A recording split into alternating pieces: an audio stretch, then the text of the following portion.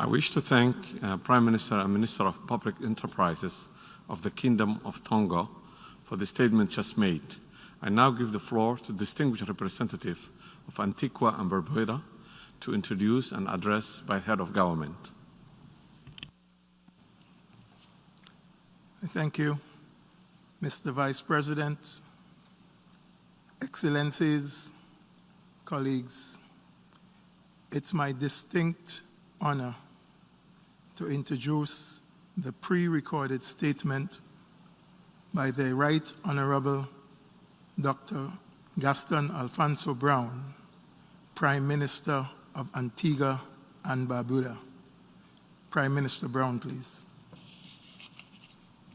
Excellencies, 75 years ago in 1945, the colonial domination of much of the world's peoples defined the successful development chances of the oppressed. The dismantling of colonial rule, carried out by the law-making capability of the United Nations General Assembly, engineered a new system and designed a far better future with greater probability of success for the downtrodden. My own island country, a colony created in 1634 and freed almost 350 years later in 1981, owes its independence and sovereignty to the United Nations Resolution 1514 of 1960 and the struggles of its people.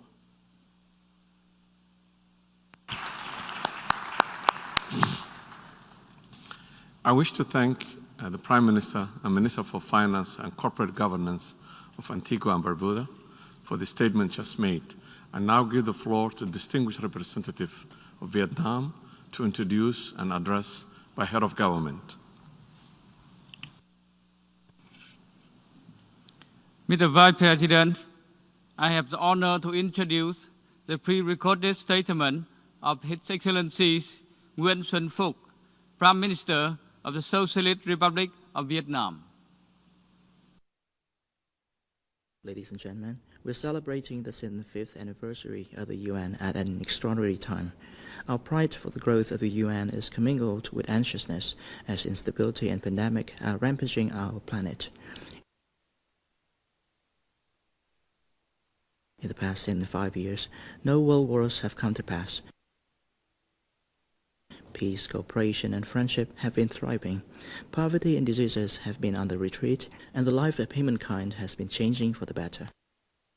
These immense achievements would not have been possible without the fundamental principles of the UN Charter and the UN itself as the center for harmonizing the actions of nations.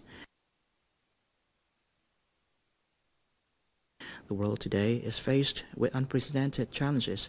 The COVID-19 pandemic, together with instabilities, conflicts, great power competition, power politics, and climate change, are threatening the sustainable peace and development of nations.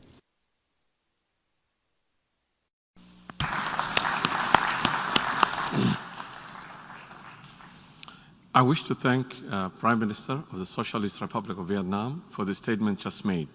I now give the floor to the distinguished representative of Cabo Verde to introduce an address by head of government. Thank you, Mr. President. Mr. President, all protocol observed, I have the distinct honor to introduce the pre-recorded video of the statement by His Excellency Mr. José Ulisses Correia e Silva, Prime Minister and Head of the Government of the Republic of Cabo Verde, on this auspicious occasion of the 75th anniversary of the United Nations. I thank you. We offer our greetings and highest compliment to the President of the General Assembly and to the Secretary General, all protocol observers. We congratulate all member states of the United Nations as well the organization itself on reaching this historic milestone. We recognize 75 years of the United Nations contribution to peace, security, freedom, democracy, and promotion and protection of human rights and the reduction of poverty around the world. The United Nations may not be perfect, but neither is our world. That world, however, is a much better place because of the United Nations. Our world, comprised of such a diversity of countries, need governments on critical global issues of environment protection, public health, economic development, financial system, peace and security issues. The COVID-19 pandemic has once again shown the importance of multilateralism. When economies are disrupted and when borders are closed, everyone loses. Some may not lose more than others, but the net impact for our planet is most certainly negative.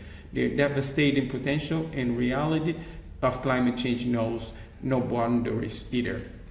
Poverty, hunger, insecurity, and instability cause impact and externalities that hardly conform to lines of country borders.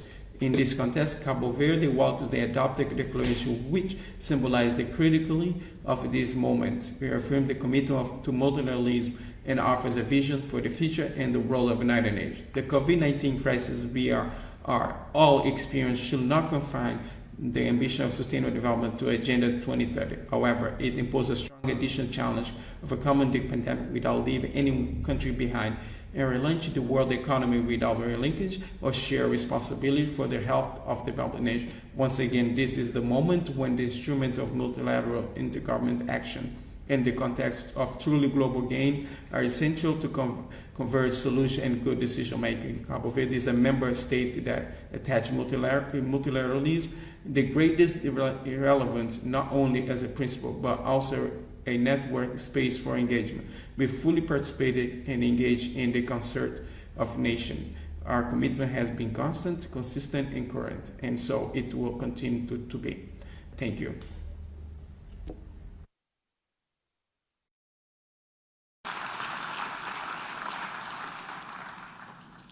I wish to thank the Prime Minister and Minister of Reform of the Republic of Cabo Verde for the statement just made.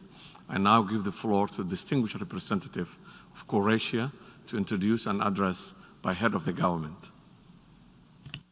Mr. Vice President, I have the honor to introduce His Excellency Andrej Plenković, President of Government of the Republic of Croatia. Excellencies, all protocol observed. Today we commemorate a milestone event in modern human history. 75 years ago, a new international order was launched based on multilateralism and deeply rooted in the victorious alliance over fascism. After two devastating world wars, the United Nations emerged from the ashes of battlefields as humankind's best hope and the foundation of a new, better world.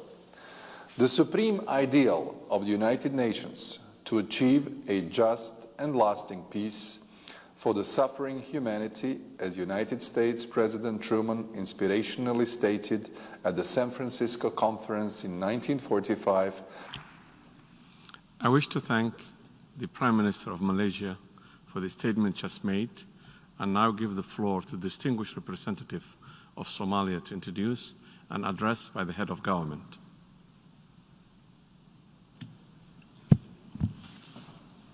Thank you,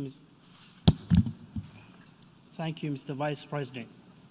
I have the great honor to introduce the pre-recorded statement by His Excellency Mahdi Mohamed Guled, the Acting Prime Minister of the Federal Republic of Somalia, on this occasion of the 75th anniversary of the United Nations. Thank you. Mr. President, Excellencies, on this 75th anniversary of the United Nations, I congratulate you, Mr. President, for the well-deserved election.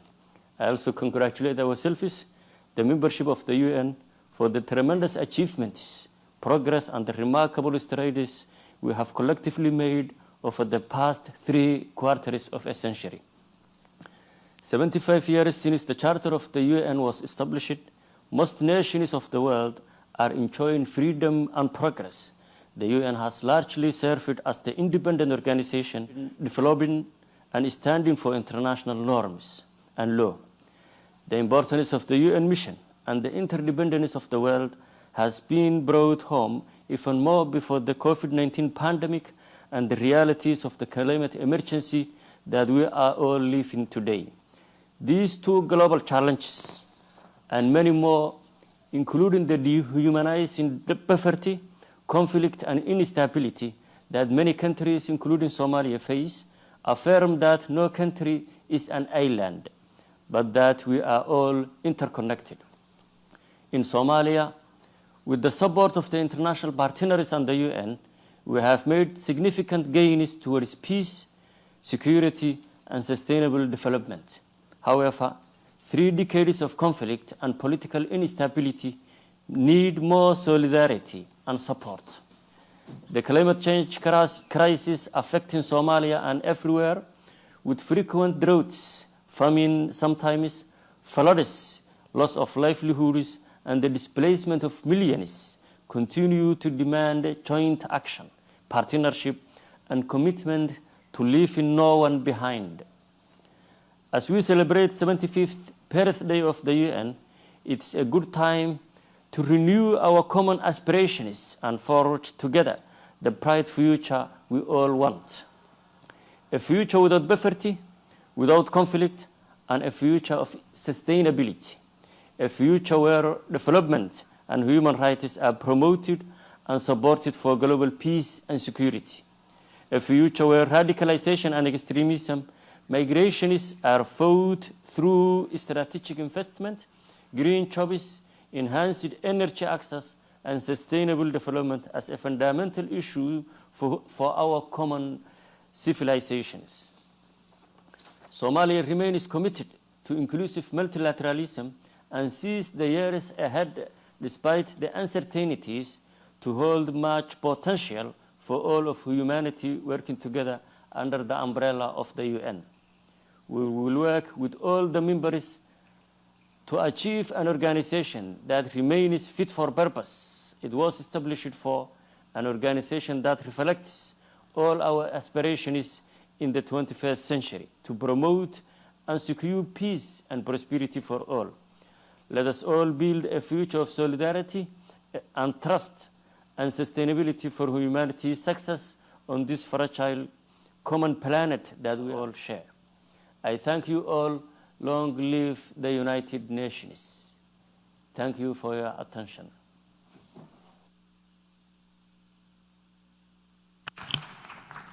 I wish to thank the Acting Prime Minister of the Federal Republic of Somalia for this statement just made, and now give the floor to the distinguished representative of Oman to introduce an address by the Chairman of the State Council.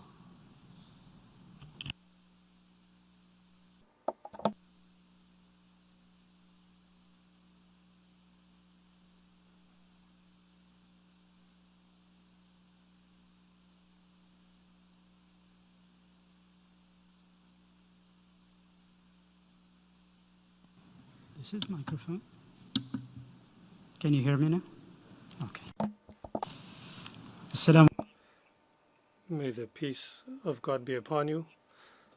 Mr. President, thank you. I am honored to introduce His Excellency, His Majesty Abdul Malik Al Khalili, head of the State Council, who will deliver the pre-recorded message of the Sultanate of Oman during this high-level meeting to commemorate the 75th anniversary of the United Nations. Mr. President, member state representatives, I am honored to extend to your gathering the greetings and best wishes of His Majesty Sultan Haytham bin Tariq,